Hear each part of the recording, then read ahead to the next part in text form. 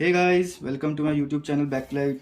आज हम अनबॉक्स करने वाले हैं Realme GT मास्टर एडिशन। ये मेरा पहला वॉइस ओवर वीडियो है, तो प्लीज़ आवाज़ अगर अच्छे से ना आए तो माइंड मत करिएगा।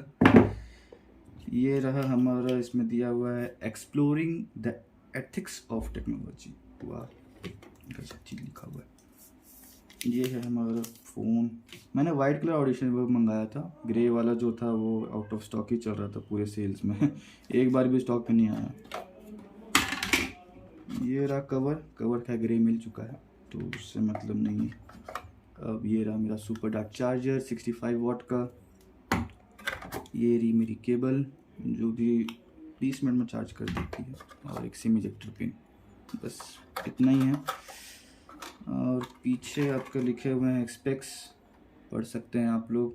Realme GT master, Snapdragon 778, 128 super AMOLED display, 60 watt full charger, slim and light phone. अब आते हैं फ़ोन पे, इन सबको साइड कर देता हूँ, सबसे मतलब थोड़ी ना।